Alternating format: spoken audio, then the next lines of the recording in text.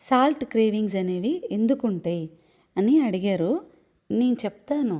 కానీ ప్రతి దాన్ని భూతద్దంలో చూసేసి ఒకటి చెప్పగానే అయ్యో ఏదో అయిపోయింది ఇలాంటివి ఏమీ పెట్టుకోకండి. నేను జనరల్గా మీరు అడిగారు కమెంట్ సెక్షన్లో, నాకు మీ గురించి ఏమీ తెలియదు కదా. సో నేను జనరల్గా ఏమైతే ఉంటుందో నేను అది మాత్రమే చెప్పగలను. సో నేను అదే చెప్తున్నా. సో ప్రతి దాన్ని కూడా అయ్యయ్యో దీనివల్లేనా నాకు డిహైడ్రేషనా ఇంకోటి ఇట్లా పెట్టుకోవద్దండి. మామూలుగా సాల్ట్ క్రేవింగ్ అంటే బాడీకి సోడియం తక్కువగా ఉందని ఒక చిన్న మనకి హింట్ ఇస్తున్నట్టు అనమాట బాడీ. కానీ ప్రతిసారి కూడా అది ఒక్కటే అవ్వదు. మనకి ఏ ప్రాబ్లం వచ్చినా చాలా రీజన్స్ ఉంటాయి. నేను క్యాజువల్గా చెప్తున్నా అంతే.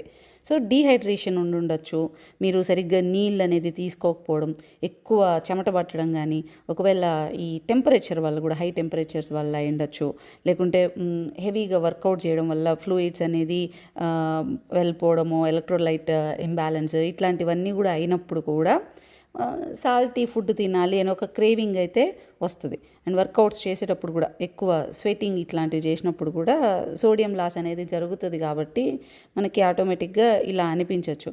అండ్ ఇంకొంతమందికి టేస్ట్ అంటే మనం ఇప్పుడు ఏదైనా కొంతమంది స్వీట్ క్రేవింగ్స్ ఉంటుంది, నాకు స్వీట్ తినాలనిపిస్తుంది అని అంటారు. నేను ఒకటే చెప్తా వాళ్ళకి, ఒక 15 రోజులు స్వీట్ జోలికి వెళ్ళకండి. ఆ తర్వాత మీకు తినాలనిపించదు ఏదన్నా కూడా. నాలుకని ట్రైన్ చేయొచ్చు. అది ఏం తింటే ఏది అలవాటు పడితే అదే టేస్ట్ కావాలని అడుగుతుంది. సో మీరు ఎప్పుడైతే ఎక్కువ పికిల్స్ కానీ, చిప్స్ కానీ, లేకుంటే ప్యాకేజ్డ్ ఫుడ్ కానీ, లేకుంటే సాల్ట్ ఎక్కువ తినేది కానీ అలవాటు కనుక ఉంటే నాలుక ఏమవుతుందంటే నాకు అదే కావాలి అడాప్ట్ చేసుకునే నేచర్ ఉంటుంది బాడీకి. నాలుక కూడా నాకు అదే టేస్ట్ కావాలన్నట్లు అడుగుతుంది అనమాట. సో మీకు దానివల్ల కూడా క్రేవింగ్ అనేది అనిపించి ఉండొచ్చు ఎక్కువ అలవాటు చేయడం వల్ల. అండ్ స్ట్రెస్ ఎక్కువ ఉన్నా కూడా, అండ్ ఈ స్లీప్ అనేది సరిగ్గా లేకపోయినా కూడా మీకు ఈ స్వీట్ ఫుడ్ కానీ, సాల్టీ ఫుడ్ కానీ ఇలాంటివి కావాలి, క్రంచీగా తినాలి అని కూడా అనిపిస్తుంటుంది. అండ్ పీరియడ్ టైంలో కూడా ఉంటుంది. హార్మోనల్ చేంజెస్ వల్ల ఉండొచ్చు, పీరియడ్ ముందు ఉండొచ్చు, అది క్రేవింగ్ ఉంటుంది. Salty food, high calorie food ఇలాంటివి కూడా, స్వీట్స్ లాంటివి కూడా తినాలని కూడా అనిపించి ఉంటుంది. సో ఇట్లాంటివన్నీ కూడా ఉండేటప్పుడు మీకు సోడియం లాస్ అని చెప్పలేం కదా. సో ఏదన్నా ఒకటి చెప్పినప్పుడు డైరెక్ట్గా దీనివల్ల అని మీరు అప్లై చేసుకోకండి.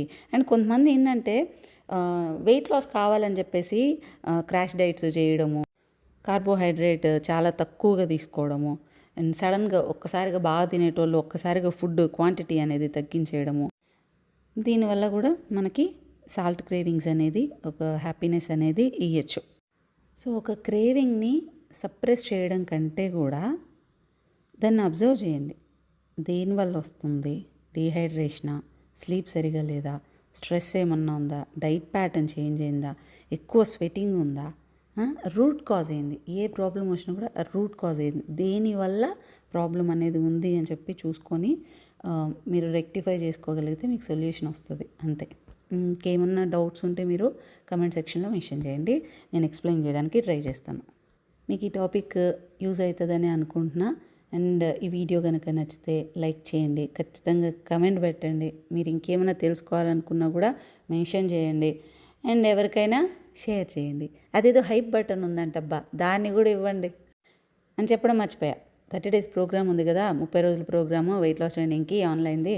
ఆ డీటెయిల్స్కి మీరు 8688092355కి వాట్సాప్ చేయొచ్చు. Thank you.